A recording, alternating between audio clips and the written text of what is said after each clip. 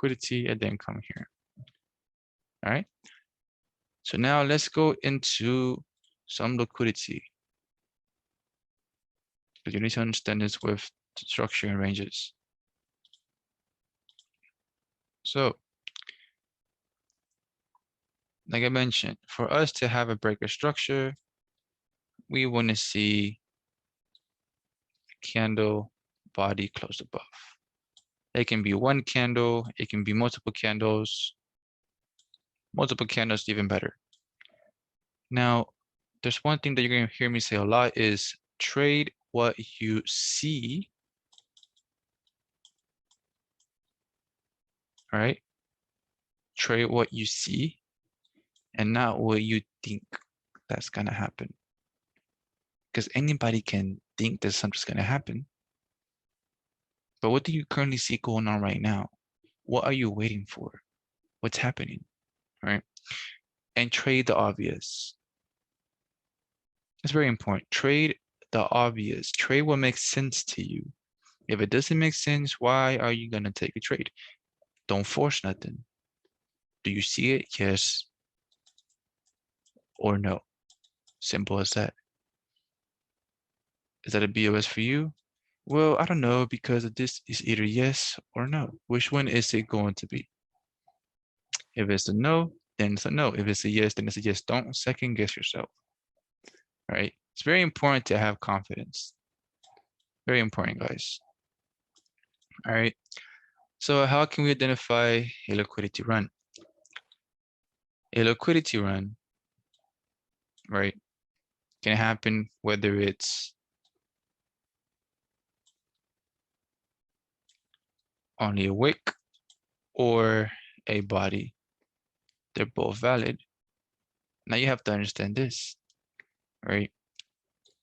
These concepts, market or ranges, do not work if they're used by themselves. You got to combine everything that you're going to learn in this course. All right. No one can tell you if it's a liquidity run or if it's only a breaker structure, because no one knows. There is no secret to that. All right. But when you combine it with different things, with more confluences, then eventually you get a system that is very accurate. All right. So for BOS, we only want body. At least that's what I use. If you disagree on that, then use whatever you want, but I use body. For run liquidity, it can be a wick or a body. They're both valid. But remember, we don't use it by itself. We combine with everything else, POIs, liquidity, and etc.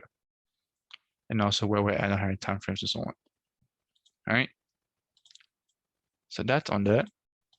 So now let's give an example on that. So we have break of structure, all right? And then QM, we come down, price goes up, fails, failure swing, so that becomes weak, so weak low. And let's say just below that we have a POI. Right there, all right? So this right here becomes an inducement to this POI, right? Because it's a failure swing. Now let's see it the regular structure perspective. Break of structure. Short. What did they just do? Created liquidity. The big players just created liquidity, trail line liquidity. All right. So while they think it's a BOS, the other traders, for us it's liquidity run. So we go long right here. Our entry, we target up here. All right. So this is a combination of structure and a little bit of range. Again, we haven't gone over this, but I need to introduce this first before I introduce this. So now we're going to go into this. All right. And of course, liquidity will be taught when we go over ranges, because they go hand in hand, right? I mean, even structure and ranges go together, but I need to find a way, or I needed to find a way to explain to you guys that was not so hard to understand. So hopefully this wasn't so hard to understand. Like always, if you have questions, you can always ask me or ask in the community. And just below this video, there's going to be resources with information, right? If you need more than just this video, right? It's going to be the written version, examples of this. So you can go and read that and check that out yourself.